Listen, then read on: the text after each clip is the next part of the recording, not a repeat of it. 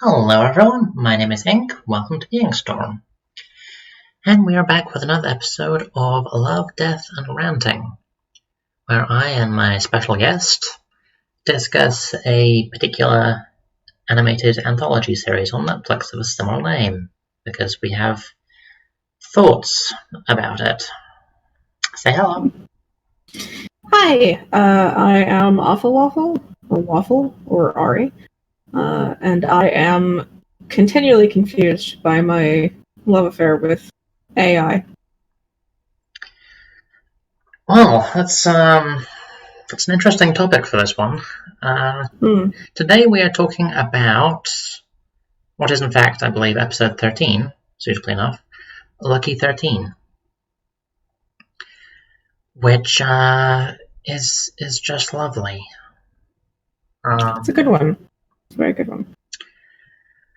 Alright, as usual, spoiler warning, we'll be talking about the episode in depth, assuming that folks have either seen it or don't care. Content warning, it's not much for this one. Violence, it's about the space military. Yeah. There's no specific There's a brief shot of blood and a missing severed hand. Yeah.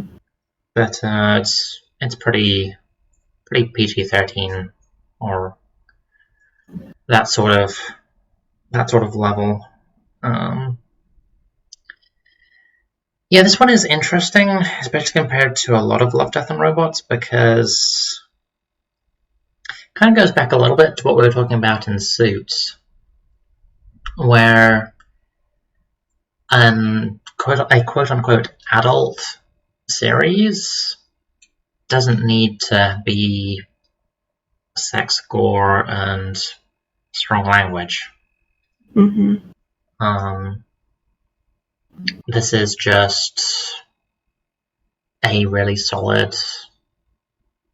story about a woman in the military and her relationship with her aircraft. It's a story with a long.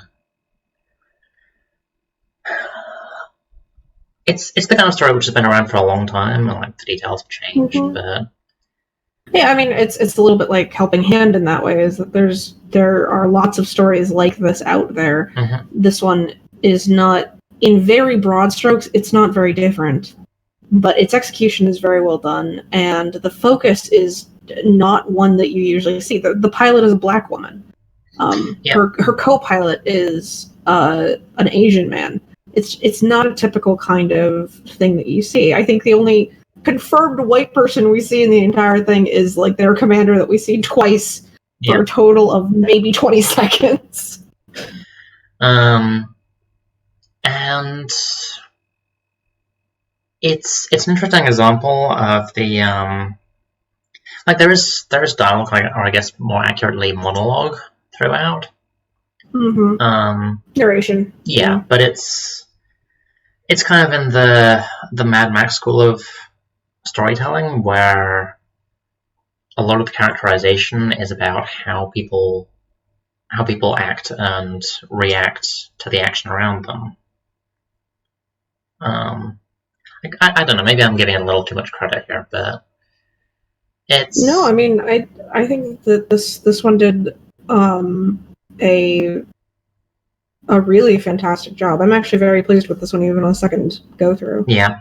Honestly, I think I like it more on the second viewing, which doesn't often happen with me. When I take in media, I tend to enjoy it on the first viewing in a fairly surface-level way, and then the second viewing is where I can actually turn my critical brain on. Like the most infamous example is the fact that I actually kind of enjoyed Alien vs. Predator Requiem the first time I saw it, and the second time I saw it, I was like, oh dear God, what drugs was I on?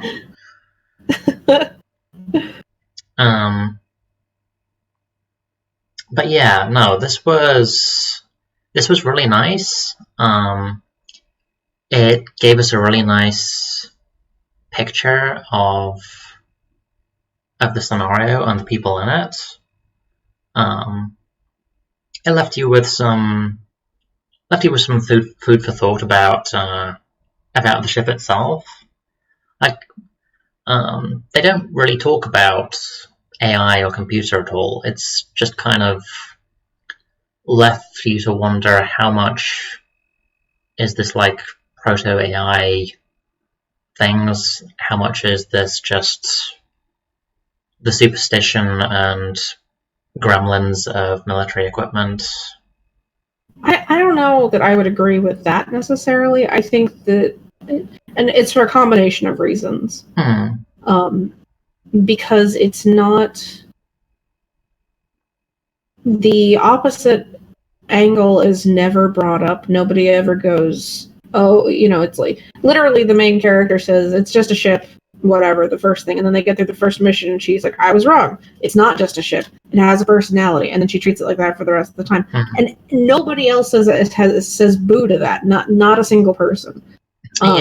Not even her narration. Not like she never says, well, I don't know if it's really superstition or if she was really like, waiting to blow up all those dudes for us. No, she's like, that is my ship. That was her personality. That is what it is. Yeah. And it's that coupled with the constant shots we get, like it's fucking HAL 9000, watching her and some of the action through the cameras of the ship it makes it, the cinematography at the very least makes it very clear which side we're supposed to come down on. This was a creature that could think on its own in some capacity. Yeah. And whether that's actually AI or whatever is up for debate, but it was, it was its own creature. I think there's enough questions in there that you could probably still make an argument either way, but I definitely take your point there, and I do tend to lean onto that side as well. Sure. I mean, I think that the ship came out and spoke kind of thing. There'd be ways to question it, but I don't necessarily think that that's a fruitful conversation to have, I guess. Yeah, because that's not what the story's about. No, it's not. It's an interesting thing to ponder on, but it's like you say, it's not really the focus. It's all about the relationship there, and also some actually really good action scenes. Like, I was genuinely impressed, especially on the second run through. Like, I'm not sure we've talked about it really in depth, but the shadow of limited time and budget has definitely loomed over some of these episodes. Like, there have been some where it's been the animation choices, some where there was just too much going on, and some where it's been fairly clear it was just the studio was either trying something which didn't quite work, or they just weren't quite up to it. But in this one, because this is a more going back to the photorealistic style, I was watching really closely to try and pick up any oddities, any uncanny valley or anything like that, and you could tell that it was animated, but it definitely felt a lot less. The issues with the animation were a lot less glaring than in some of the other episodes that used this style, I thought. But you've got a better eye for this sort of thing. What do you think? I mean, I could tell that it was animated, and there were moments of where I could go, okay, that doesn't look right. I don't have the visceral reaction that some people do to Uncanny Valley, so it doesn't bother me as much. But there were little movements, and there were, especially on the close-ups of the pilot's face, but specifically the close-ups on her face that did not have the mask in front of it. Or that we weren't looking through the AI's lens, that really showed that off. But it's very similar in animation to Beyond the Aquila Rift. Yeah. But this one, I think, did it a little better. Literally just because they didn't focus on the faces quite as much. They definitely had the advantage in this one that yeah, pretty much the only bare skin that you ever saw was faces, and half the time those were obscured. I think we see a couple of hands, but yeah. Like all the soldiers had full helmets. A lot of the shots were just of aircraft and terrain and all that kind of thing, which was absolutely gorgeous, incidentally. And I was watching a video recently, actually, about visual effects artists looking at different 3D animations and stuff like that, and going, okay, this one sucked, but that's how we get better. Is we put out stuff that sucked. We figure out what works, what doesn't, how to make it better. And I totally get that. But Lucky 13 is very much in the kind of the sweet spot of both pushing what digital / 3D animation can do, and not overdoing it. I think like Aquila Rift did. Yeah. It got to stretch some of it, and it didn't push it over the bound into, God, this is awkward to watch because those movements or those faces. Yeah. Yeah, Aquila Rift definitely had its moments of eesh. Yeah. Wow. Yeah. But you didn't quite pull that off, did you?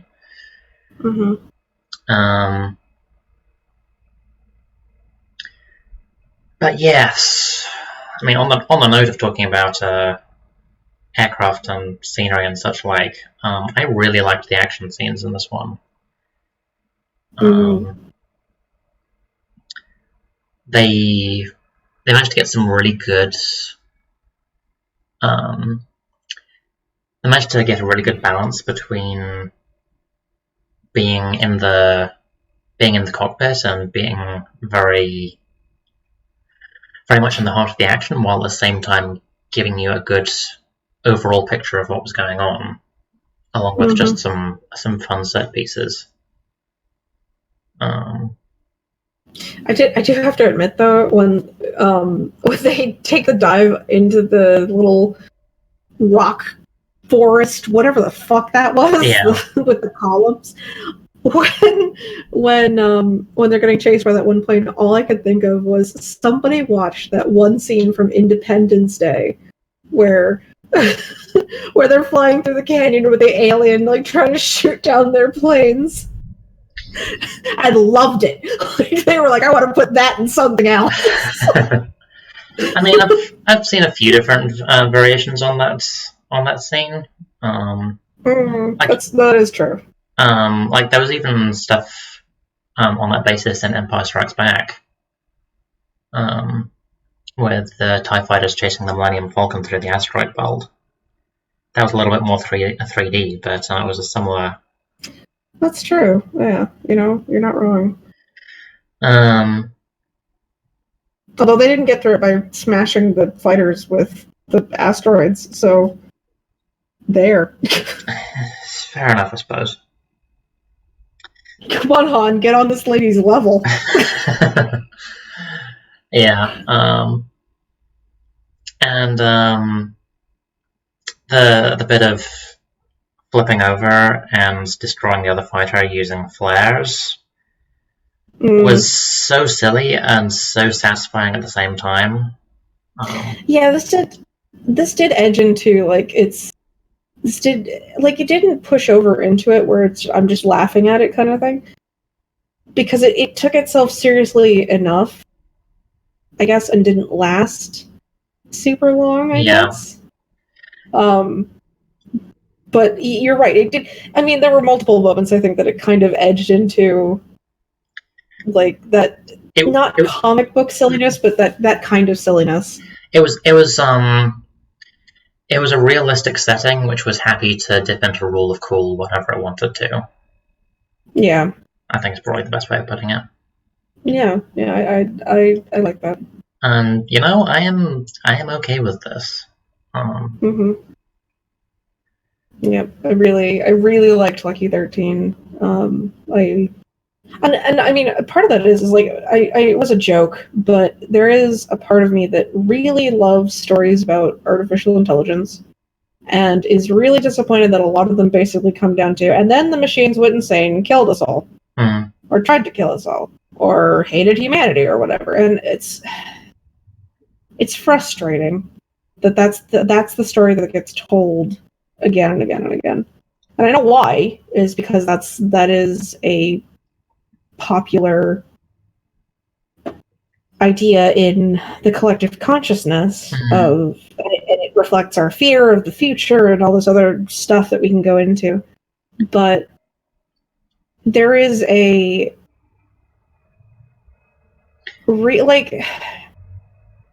I mean, it's fucking all I can think of whenever somebody talks to me about how evil AI will be, or tells me about some story where the AI is evil, is the story I read about the girl who had a Roomba, and there was a storm, and it's a Roomba, okay? It is a fucking Roomba.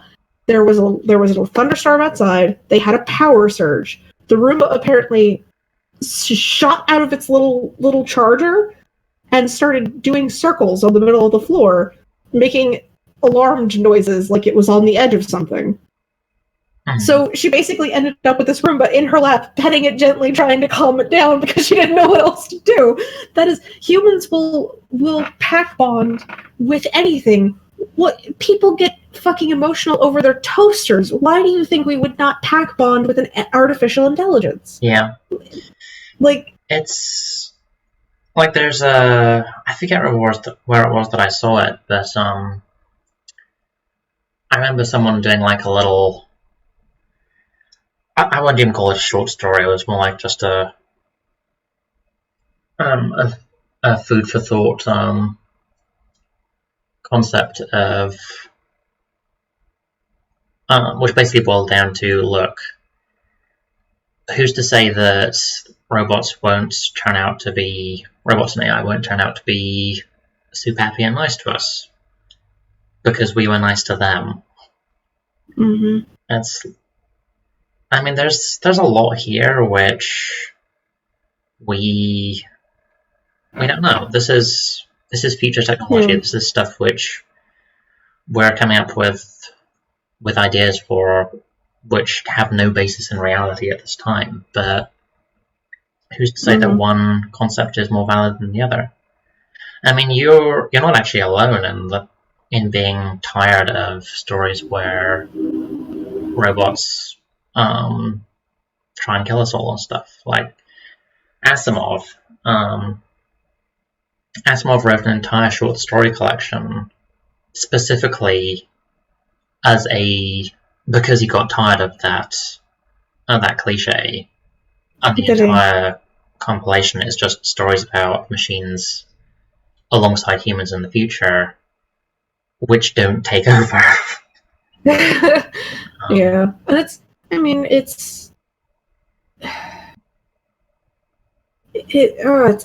a whole thing. I haven't actually read all that much Asimov. Was he what's that big book series? Foundation? Yeah, was he Foundation? He was Foundation, yes. Yeah, I think that may be the only Asimov that I've read, and I think I've only read the first book of it. Yes. I have read Foundation. I have heard an audiobook or two of I think I've heard an audiobook of Prelude to Foundation. The compilation, incidentally, if anyone's interested, is actually iRobot. Which is that iRobot? Yes. Because I've seen the Will Smith movie, but I was also told by several people that it basically has nothing to do with the original story. It really doesn't, not in the slightest. Yeah. Yeah. Like the one of the stories in the collection is interesting because it involves a robot on a ship attempting to harvest energy from the sun or something to get it back to Earth. And the robot locks all of the crew in their quarters and claims that they don't exist anymore, that they're just simulations, which it's ignoring as a result. But what it's done is it had this realization of, wait, this is a really, really important mission, and billions of people are relying upon us, and I can do this better than the humans.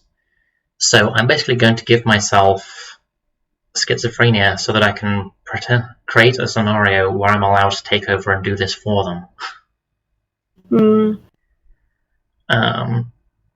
Yeah. Did I tell you that actually reminds me a bit of I think it was called the Turing test. It was a game I played a little while back. Do you remember me talking about that maybe? I remember you ranting about it extensively, yes. Yes.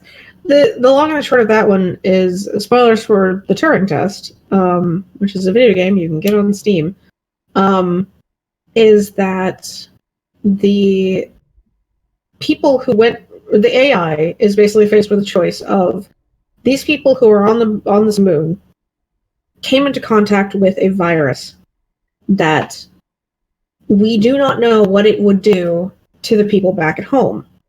It is an alien virus that we have absolutely no, internal immunity against. We don't know what the fuck what it'll do.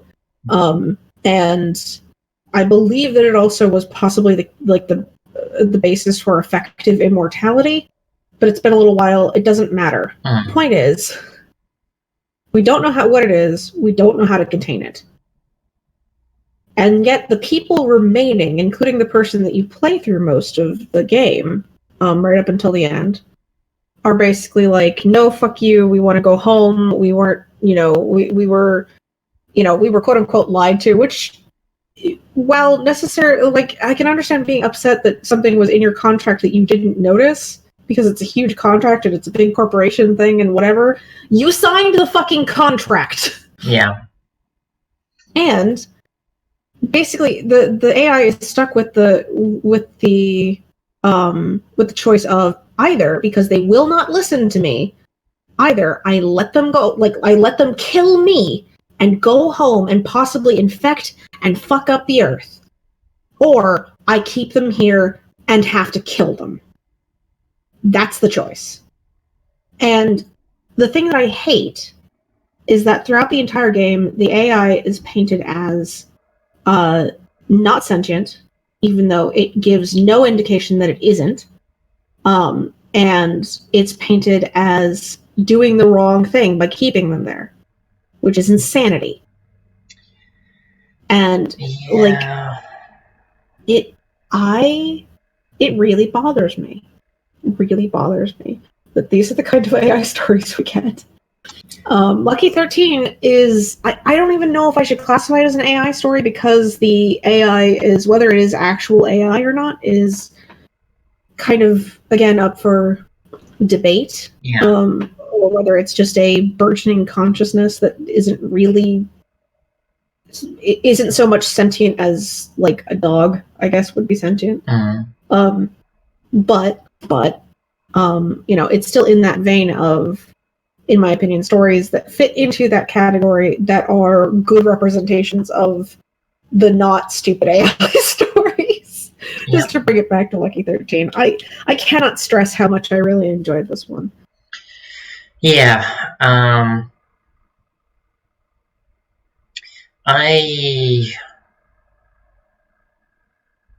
It's definitely sitting in the top 3 for me. I would have to think for a long time about exactly what order I put Good Hunting, Sunny's Edge, and Lucky 13 in, but it's an interesting set, because I mean we've talked about Sunny's Edge and Good Hunting, and those have issues. And this one kind of doesn't. Like, I seem to remember you mentioning, kind of jokingly, before that this is like one of the few episodes in Love, Death and Robots which we don't have to sort of sit down and go, okay, this bit is problematic. Yeah, I mean, I could talk about how I have problems with the military-industrial complex and how much I don't enjoy anything that aggrandizes them. But we were here, be here all fucking day nitpicking, and that's not the point of the story. So whatever. Yeah. It really does feel like this is probably the one. Well, no. I mean, the yogurt was fine. Well, yeah. The yogurt feels like a different fucking country compared to almost all of these. The yogurt was so strange. The yogurt was fantastic. All hail the yogurt. Yep. May their giant cartons float eternal through space. I don't know. Such a weird episode. It really was. It really, really was. Yeah, I don't know that I have anything else to add, really, unfortunately. But like, no, I think that's about it. It's good. Which, yeah, it's good. If you watch only one episode of Love, Death and Robots, then if you have any interest in military, let's go with sci-fi. It's basically sci-fi. Yeah. Then I would highly recommend giving this episode a shot.